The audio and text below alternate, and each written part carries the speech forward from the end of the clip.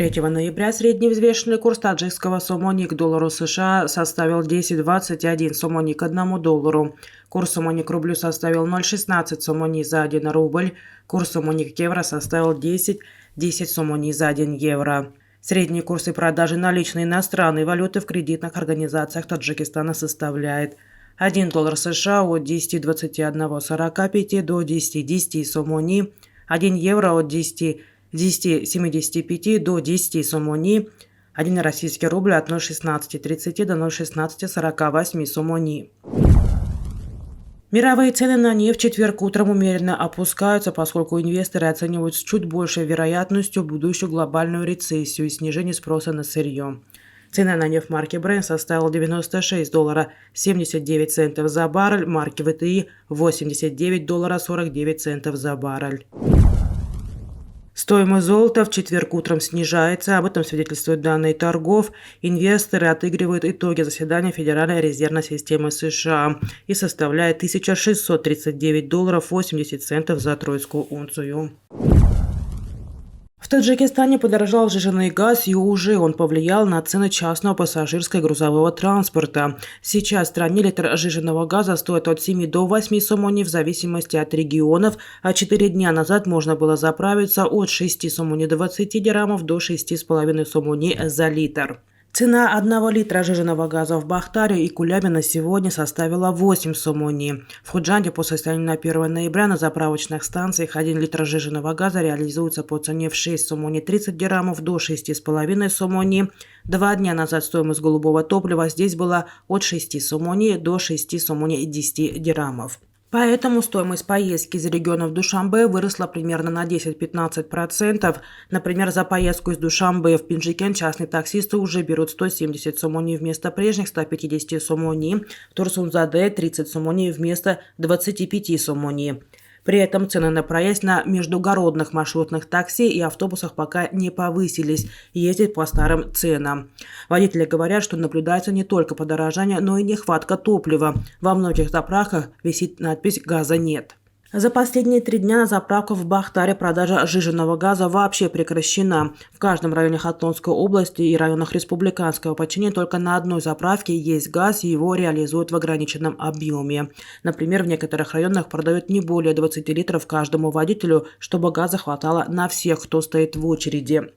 Работники автозаправочных станций считают, что увеличение стоимости сжиженного газа связано с объемами закупок и поставок топлива в страну, хотя конкретных цифр по объемам не смогли назвать. По словам одного из менеджеров на точке реализации ГСМ, большинство оптовых компаний отказались поставлять сжиженный газ розничным компаниям из-за невыгодно низкой стоимости.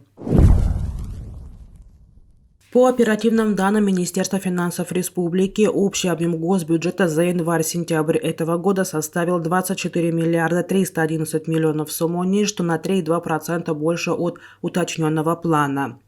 По данным Министерства финансов Республики, общий объем госбюджета за январь-август текущего года составил 20 миллиардов 785 миллионов 300 тысяч сомони или 103,6% от уточненного плана.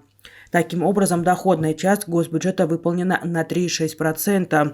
Между тем, расходная часть госбюджета за этот период составила более 19 миллиардов 862 миллионов 800 тысяч сомони. Процент исполнения расходной части госбюджета составил 76,8%. Напомним, что общий объем государственного бюджета Таджикистана на 2022 год за счет всех источников финансирования установлен в размере 33 миллиардов 2,8 миллиона сомони. А в 2023 году патент для трудовых мигрантов, работающих в Москве, вырастет до 6600 рублей. Об этом на заседании в Мосгордуме сообщила замглавы Департамента экономической политики и развития города Москвы, начальник управления налогового анализа Дарья Мурченко. Об этом передает Фергана. А в 2022 году официальная зарплата трудовых мигрантов в традиционных для них отраслях увеличилась на 11,5%. В связи с этим предлагается соразмерно увеличить стоимость патента патента до 6600 рублей в месяц, пояснила Мурченко.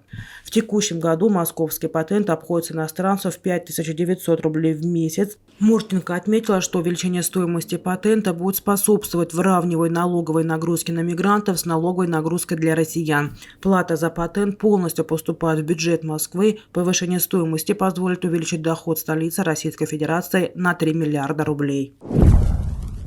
Председатель Национального банка Таджикистана Хоким Холикзода встретился накануне в Душанбе с делегацией Нацбанка Швейцарии во главе с членом альтернативного правления Нацбанка Швейцарии Аттилио Дзанетти. Как сообщили в пресс-центре НБТ, в начале встречи Хоким Холикзода предоставил необходимую информацию о состоянии банковской системы республики и назвал эффективный уровень двухстороннего сотрудничества. В ходе встречи было подчеркнуто, что в последние годы в связи со сложной геополитической обстановкой и с учетом роста активности коммерческих банков в стране считается важным и необходимо восстановить прямую переписку между кредитными организациями двух стран. При этом внимание делегации Национального банка Швейцарии было направлено на расширение сотрудничества в области денежно-кредитной политики, внутреннего аудита, статистики платежного баланса, управления международными резервами и курсовой политики, технической помощи для разработки и внедрения современной системы управления операционными рисками в Национальном банке и повышения квалификации сотрудников Нацбанка Таджикистана. Аттилио Дзанетти, в свою очередь, затронул вопросы базовой инфляции, платежной системы и управления международными резервами и другие важные вопросы, а также выразил готовность и мотивацию к взаимовыгодному двухстороннему сотрудничеству. Темпы роста ВВП стран Центральной Азии в 2022 годах, 2003 годах превысят 3% и составят 3,7-3,9% соответственно, заявили в четверг вице-президент Всемирного банка Анна Бирди. В Самарканде в пятницу открылся второй международный экономический форум. Среди хороших новостей страны Центральной Азии развиваются более высокими темпами, чем Всемирный банк прогнозировал весной 2022 года и превысят 3%, сказала Бирди, выступая на форуме. По данным Всемирного банка, средние темпы роста экономики стран региона составляют 3,7% в 2022 году и 3,9% в 2023 году. Непрогнозируемая релаксация населения из России способствовала развитию экономики в Центральной Азии, добавила вице-президент Всемирного банка.